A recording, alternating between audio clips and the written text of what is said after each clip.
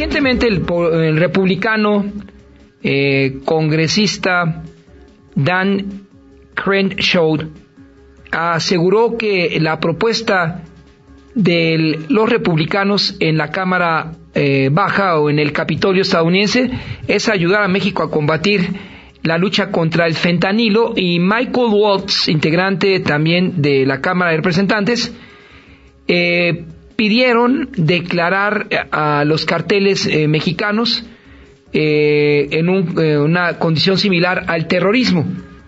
Vía telefónica se ubica esta tarde el presidente de la Comisión de Relaciones Exteriores y senador de la República, don Héctor Vasconcelos. Senador, le agradezco, tome usted la llamada para Radio Cañón 760 El Cuadrante, y buenas tardes para usted. Al contrario, muchas gracias por llamarme. Estoy a su disposición. Senador, en una clara señal de intervencionismo, dos representantes republicanos en enero sugirieron asumir la condición de los carteles mexicanos como terroristas, y para resolver lo que en la perspectiva de ellos es el combate al fentanilo. ¿Cuál es su impresión? Usted ya expuso una postura en la Cámara Alta, pero ¿qué más debe seguir para cerrar el paso a republicanos ultraconservadores que en el fondo quisieran anexarse a México como piensan otros? Sí, mire usted, es una iniciativa la presentada por estos dos legisladores republicanos muy peligrosa, porque la sola mención de la posibilidad de que tropas norteamericanas entren al territorio mexicano a combatir a quien sea, ¿verdad?, es la más grave la más grave amenaza, digamos, a la integridad territorial de México y a nuestra soberanía. Claro que se trata de dos congresistas aislados, no representa la posición del gobierno norteamericano, quien de inmediato se ha deslindado de la propuesta de estos dos congresistas. Pero a mí me parece que del lado mexicano debemos manifestarnos con la mayor contundencia ante la sola mención de la posibilidad de tener tropas extranjeras dentro del territorio nacional. Ahora, para abordar el primer aspecto de esto que usted acaba de mencionar, yo creo que considerar al crimen organizado mexicano como terroristas en el sentido, digamos, que se da este término internacionalmente, es un despropósito, porque todos los terroristas de los que yo tengo noticia obedecen prácticamente todas las veces a fines ideológicos, políticos, religiosos, ¿verdad? Es el caso evidente en las últimas décadas de algunos grupos islámicos que sí han sido calificados como terroristas, pero ellos luchan por una convicción, por un ideal, ya sea político, religioso, etcétera. En cambio, el crimen organizado mexicano tiene un solo objetivo, que es el lucro, la búsqueda de ganancias económicas.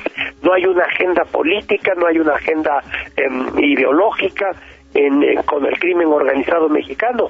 Entonces es absurdo llamarles terroristas, sería solamente un pretexto para hacer posible que tropas norteamericanas entraran a México. Entonces nos queda clara esta su primera respuesta al planteamiento del reportero.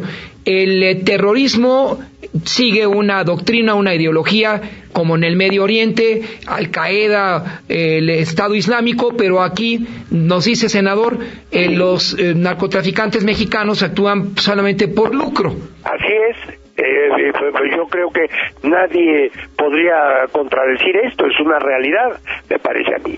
Entonces es muy importante que los políticos norteamericanos, especialmente los de la extrema derecha, como usted les acaba de llamar, no aprovechen estas situaciones para sus agendas electorales en Estados Unidos, dado que habrá elecciones el año próximo, como todos sabemos, en aquel país. Entonces, que no tomen como parte de sus agendas individuales, situaciones que existen entre México y Estados Unidos que son muy serias, pero que yo creo que ambos gobiernos, el norteamericano y el mexicano, están empeñados de tiempo completo en combatir. Y esos problemas son la inseguridad, el tráfico de estupefacientes, en particular el fentanilo. Hay una colaboración continua, yo diría 24 horas al día, entre los gobiernos mexicano y norteamericano para combatir estos males, pero no lo mezclemos con la política interna electoral norteamericana. Usted lo ubica entonces, senador Vasconcelos, en la proximidad de un proceso electoral 2024 en Estados Unidos, que los republicanos buscarían posicionar a quien resulte su candidato con esta diatriba en contra del vecino al sur del Bravo. Sí, esa puede ser una de sus armas, verdad, electorales, y tanto el problema de la droga, del tráfico de drogas, como van a sacar próximamente con toda seguridad el asunto migratorio. También van a tratar de utilizarlo dentro de sus campañas, y claro, quienes aparezcan como más radicales desde el punto de vista norteamericano acerca de estos temas pueden obtener más votos de la derecha norteamericana. Entonces, es algo que tenemos que combatir en México, me parece a mí, desde el primer día y de manera contundente. Ahora, no sé si quiera que le platique de un pronunciamiento que se elaboró en el Senado hace unos días con respecto a todo esto que estamos hablando. Le escucha la audiencia en el 760 del cuadrante. Adelante, senador, y ya después su servidor agregaría si esto también coincide para mal, después de celebrarse el bicentenario de la relación México-Estados Unidos, y un artículo publicado por un gran intelectual recordado por todos los mexicanos en su momento, Entre el desprecio y la admiración, visión de Estados Unidos, en Ulises Criollo, de José Vasconcelos. Pero le escuchamos primero y después solicitaría abordar estos temas si usted lo considera, presidente. Sí, en el Senado hubo una reunión de Comisiones Unidas hace unos días entre la Comisión de Relaciones Exteriores y la de Relaciones Exteriores América del Norte. Y allí se planteó que era conveniente hacer un posicionamiento de ambas comisiones en relación a esta posibilidad de tener armas, fuerzas armadas extranjeras en México. Y por unanimidad se acordó hacer un texto que fue presentado ante el Pleno. En términos generales hubo una aprobación, yo diría generalizada, salvo 3 o 4 senadores, digamos 3 senadores y una senadora panistas, que no estuvieron de acuerdo con el posicionamiento del resto de las fuerzas políticas del Senado. Entonces ellos alegaron que mejor se deberían concentrar toda la atención en asuntos internos mexicanos, etcétera, etcétera. No quiero hablar por ellos, pero el hecho es que estos casos aislados de unos cuantos senadores panistas no estuvieron de acuerdo con la declaración formal. Sin embargo, en términos generales, lo importante es que la Comisión de Relaciones Exteriores y la de América del Norte aprobaron por unanimidad, repito, un posicionamiento muy claro y muy contundente respecto al rechazo de la propuesta de estos 2 congresistas norteamericanos. Para citarle a la audiencia, en América del Norte es encabezada por, me parece o me corrige, por la senadora de Baja California, Blackledge. Exactamente, la senadora Cruz Blackledge. Entonces, esto hay consenso de todos los grupos partidistas, excepción de contados senadores que ya usted lo mencionó. Son las 12:27. Senador, vamos brevemente a asistir a un corte, si usted lo permite, de 2 minutos, para regresar finalmente. No, me indican que sí, seguimos aquí. Este es el tema que los representantes republicanos tal vez omitieron el 12 de diciembre pasado, cuando México y Estados Unidos celebraron el bicentenario de la relación entre ambos países.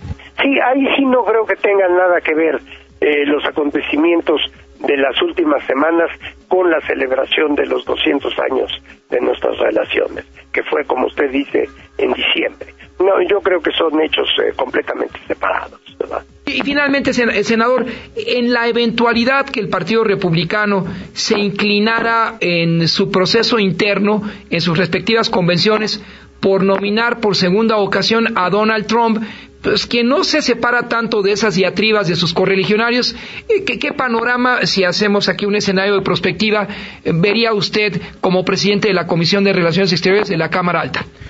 Sí, yo no quisiera hacer predicciones porque usted sabe que la política cambia casi por definición constantemente, ¿verdad? Y lo que sucedería de aquí a 1 año y medio aproximadamente, que es cuando tomará posesión el próximo gobierno norteamericano, 2 años, mejor dicho, 2 años, pues sería un poco aventurado. Pero recordemos que cuando el presidente Trump estuvo ya en el poder durante el inicio del gobierno del presidente López Obrador, la relación fue fluida en términos generales, pese a que hubo momentos muy críticos, ¿no?